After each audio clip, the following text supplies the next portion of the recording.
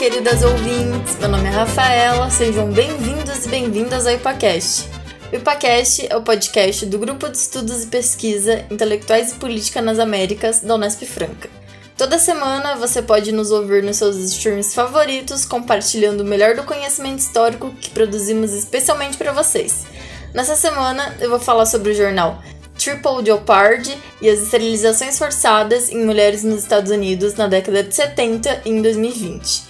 Para falar sobre isso, eu vou me basear no artigo intitulado As Mulheres do Terceiro Mundo nos Estados Unidos, Controle de Natalidade e Esterilizações Forçadas, de 1970 a 1975. Esse artigo foi escrito pela Lucia Busquet.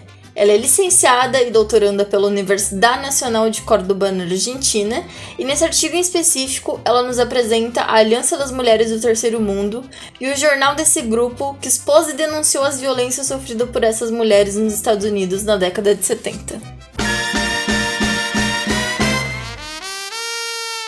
Antes de falar especificamente sobre o jornal, sobre as denúncias e sobre as violências sofridas por essas mulheres, eu vou apresentar o grupo de ativistas responsáveis pela criação do jornal. Esse grupo é a Aliança das Mulheres do Terceiro Mundo. Ele surgiu em 1968, quando Frances Bell, uma acadêmica e militante dos direitos civis, resolveu criar o Black Women's Alliance. O grupo foi criado após a Frances perceber que as pautas que contemplavam não só ela como mulher negra, mas a outras mulheres racializadas não eram lidas como prioritárias, nem na militância antirracista, muito menos no movimento feminista, que era composto basicamente por mulheres brancas de classe média. O Black Women's Alliance logo se juntou com outros grupos, como as mulheres do Partido Socialista de Porto Rico, criando assim a Aliança das Mulheres do Terceiro Mundo.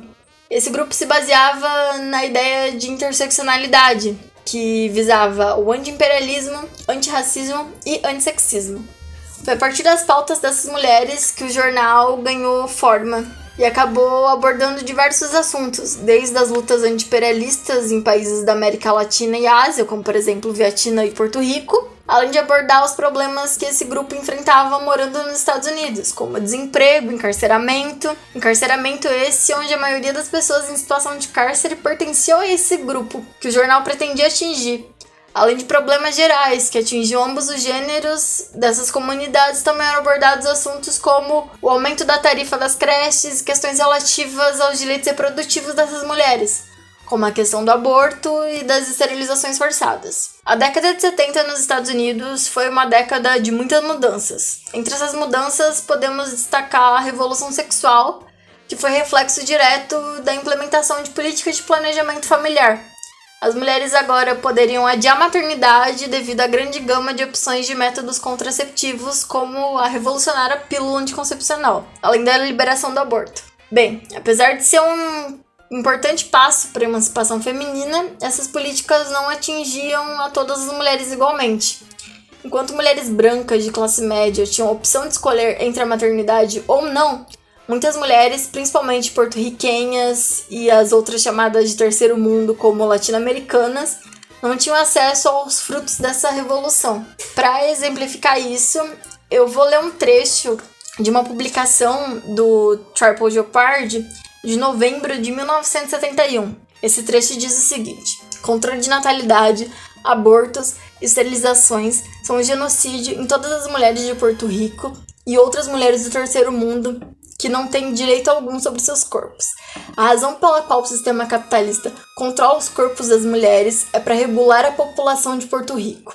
As irmãs são postas em uma posição onde devem escolher entre serem esterilizadas ou continuar tendo filhos devido ao fato de não terem acesso a um aborto. Como citado anteriormente, o jornal, além de realizar denúncias sobre a situação dessa população dita do terceiro mundo nos Estados Unidos, também realizava denúncias sobre intervenções imperialistas. Um exemplo dessas intervenções imperialistas se deu em Porto Rico em 1930, quando farmacêuticas estadunidenses realizaram testes de pílulas anticoncepcionais nas mulheres do arquipélago, sem autorização e muito menos o conhecimento delas, que tinham que lidar com graves efeitos colaterais dos protótipos, como sangramentos, dores, em casos mais graves até mesmo a morte e infertilidade. Outro ponto relativo a Porto Rico é a política de esterilização forçada, ou sob engano, que aconteceram a partir de 1920, com caráter puramente eugenista, tinha como objetivo a redução da população da ilha para fim de crescimento econômico. Devido a uma questão histórica, foram atribuídos estereótipos às porto-riquenhas, mulheres negras e mulheres latino-americanas, que eram lidas como promíscuas e muito férteis. Na década de 70, no auge da revolução sexual, devido à falta de acesso a um sistema de saúde de qualidade,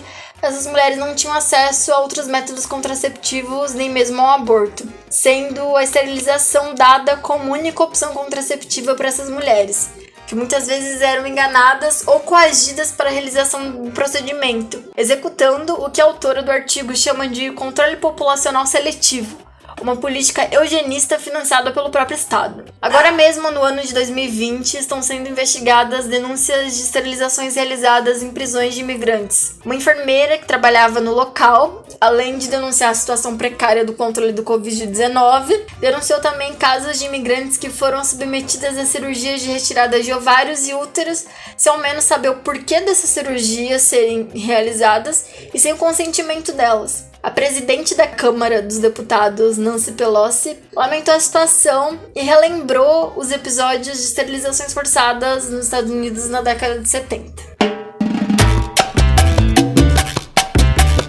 Bem, pessoal, esse foi o podcast dessa semana. Muito obrigada a todos e a todas que ouviram até aqui. Nos sigam nas redes sociais para mais episódios e compartilhem com seus amigos. Até mais e adiós!